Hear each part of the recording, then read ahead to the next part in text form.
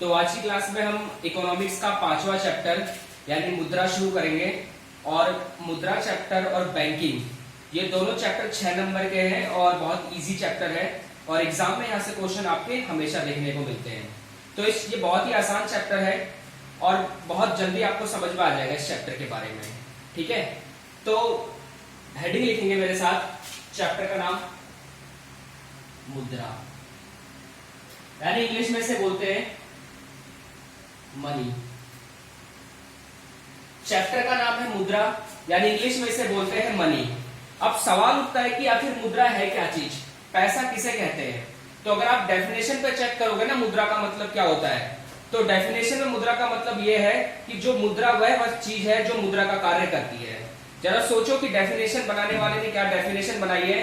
पैसा वो है जो पैसे का काम करती है, उसे हम पैसा कहते हैं। तो सवाल उठता है कि आखिर मुद्रा करती क्या क्या है। ठीक है, तो सबसे पहले मुद्रा के यहाँ पे हम डेफिनेशन लिखेंगे और उसके बाद इसके तमाम तरह के प्रोसीजर को समझेंगे ध्यान से। ठीक है, आखिर मुद्रा होती क्या है। तो मेरे साथ साथ लिखना मुद्रा कहते किसको है। तो मैंने आपके सामने बोर्ड पे ना मुद्रा की डेफिनेशन लिखी है। तो देखते हैं मुद्रा की डेफिनेशन है क्या चीज, क्योंकि चैप्टर हमारा मुद्रा है। तो सबसे पहले हम मुद्रा की डेफिनेशन समझेंगे और उसके बाद इसके कितनी तरह की मुद्रा होती है और मुद्रा किस तरह से हमारी अर्थव्यवस्था को प्रभावित करती है। ये तमाम तरह के प्रोसीजर को हम समझेंगे। तो मेरे साथ साथ डेफिनेशन पहले समझ लेना, उसके बाद कॉपी पे आराम से नोट करना। देखो मैंने लिखा है कि मुद्रा कोई भी वह वस्तु है जो सामान्यतः विनिमय के रूप में स्वीकार की जाती है। देखो यहां पर ये इसका कीवर्ड है, सामान्यतः विनिमय के रूप में। ये मेन वर्ड है। ये वर्ड आपके आंसर राइटिंग में आना चाहिए। मैंने लिखा है जो सामान्यतः विनिमय के रूप में स्वीकार की जाती है। विनिमय का मतलब होता है कि मुद्रा है कोई भी चीज जिसको हर कोई एक्सेप्ट कर ले। अगर मान लो आप किसी दुकान पे जाते हो और आप कोई सामान खरीदते हो और जैसे ही आप 10 का 20 का 50 का या 100 का नोट किसी को देते हो तो 2 मिनट में स्वीकार कर लेगा वो आदमी।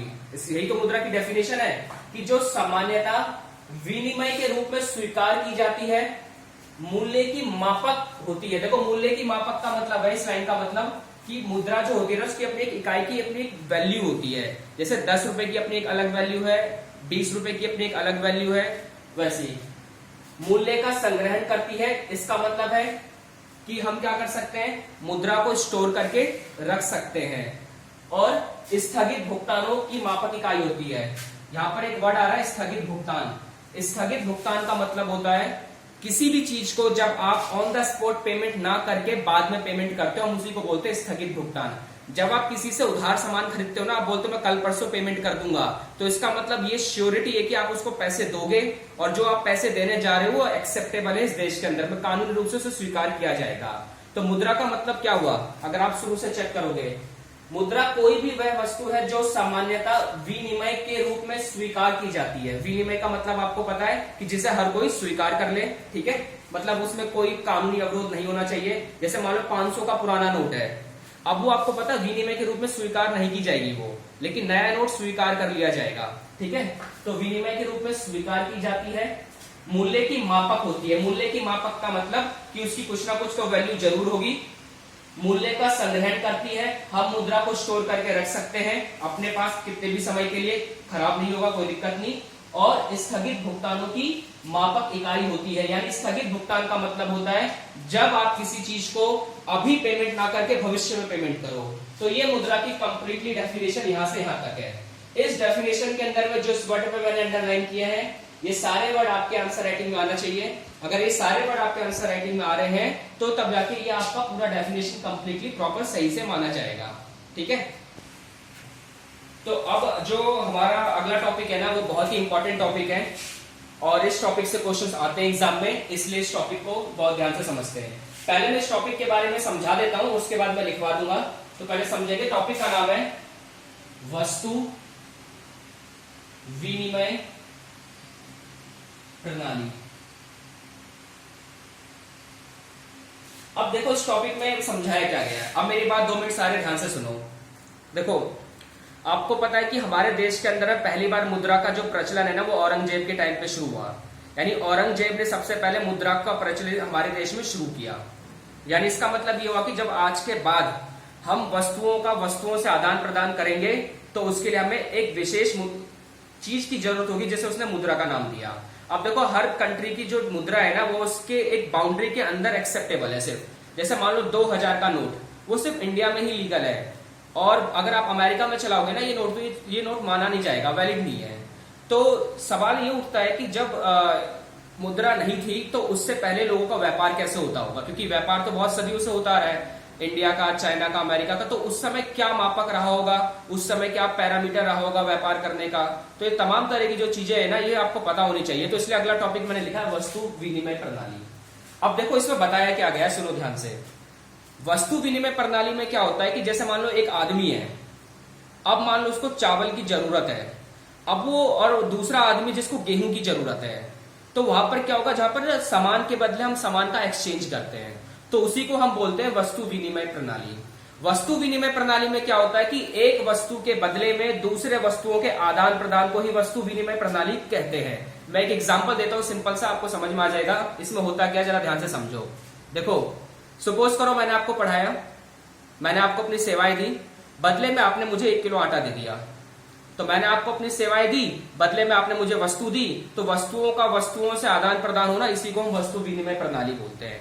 तो भाई वस्तु विनिमय प्रणाली का मतलब तो सिंपल सा है कि भाई दो लोग आपस में चीजों को, अपने वस्तुओं को एक्सचेंज करते हैं, अपने वस्तुओं को साझा करते हैं। तो यहाँ पर जाहिर सी बात है कि वस्तु विनिमय प्रणाली में एक व्यक्ति का फायदा होगा और दूसरे व्यक्ति का ऑब्वियसली नुकसान होगा।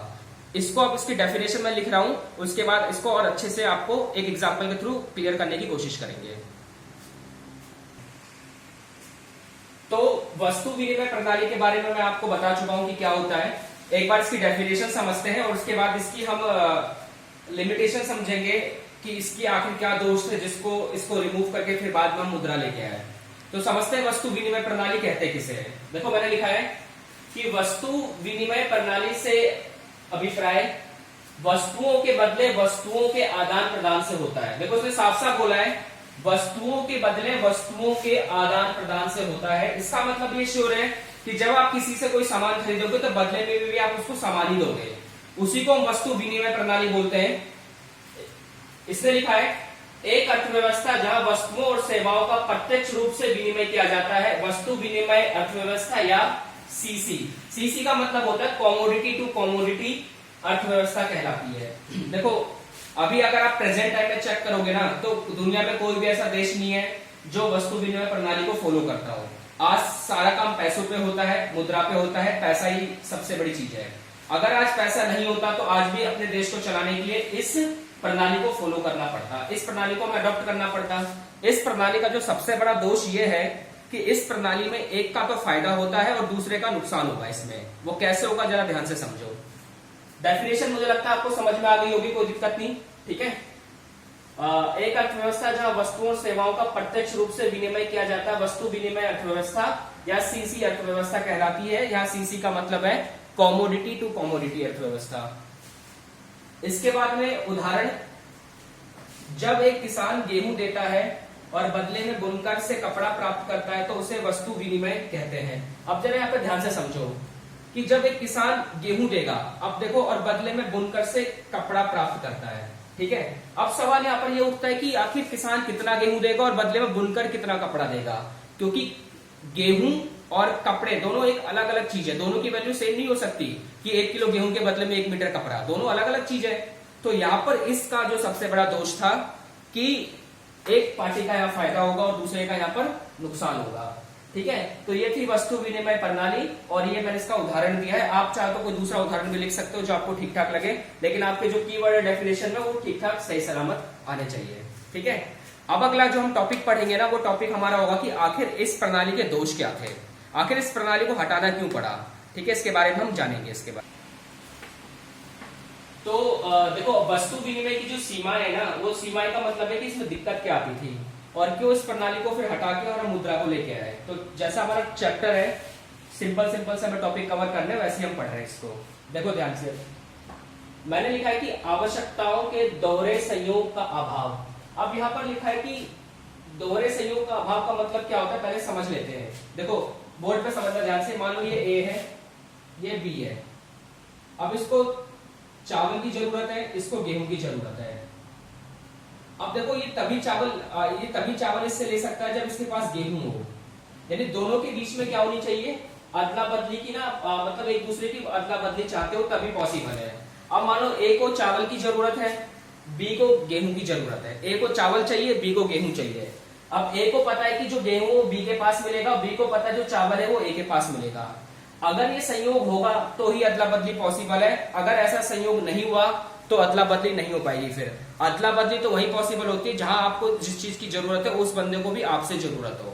अब इसमें मैंने यही पॉइंट लिखा है, आवश्यकताओं के दोहरे संयोग का अभाव। वस्तु विनिमय प्रणाली तभी कार्य कर सकती है जब दोनों क्रेता और विक्रेता परस्पर एक दूसरे की वस्तुओं की अदला बदली चाहते हो, यानी क्रेता और विक्रेता दोनों की सहमति होनी चाहिए। जैसे मान लो मैं हूं, अब मान लो मुझे आपसे गेहूं चाहिए और आपको मुझसे चावल चाहिए। अब मुझे पता है कि आप लोगों के पास चावल है और आपको पता है मेरे पास गेहूं है, तब जाके आप मेरे से आके बात करोगे और तब हम दोनों में कोई म्यूचुअल कंसेंट होगा हमारे बीच में। उसके बाद हम क्या कर सकते हैं, एक दूसरे की शेयरिंग हम कर सकते हैं। लेकिन सपोज करो कि मान लो कि मुझे चावल की जरूरत है और चावल आपके पास है ही नहीं और आपको गेहूं चाहिए, तो मैं तो मना कर दूंगा, क्योंकि आपके पास जो मुझे चाहिए वो आप लोगों के पास है ही नहीं। तो इसलिए क्या होता है कि इसका सबसे बड़ी जो प्रॉब्लम थी वो थी आवश्यकताओं के दोहरे संयोग का अभाव, यानी दोनों पार्ट ऐसे बहुत मुश्किल होता था कि जो वस्तु आप चाहते हो वो सामने वाले के पास अवेलेबल हो। इसलिए इस प्रणाली का सबसे बड़ा दोष ये था।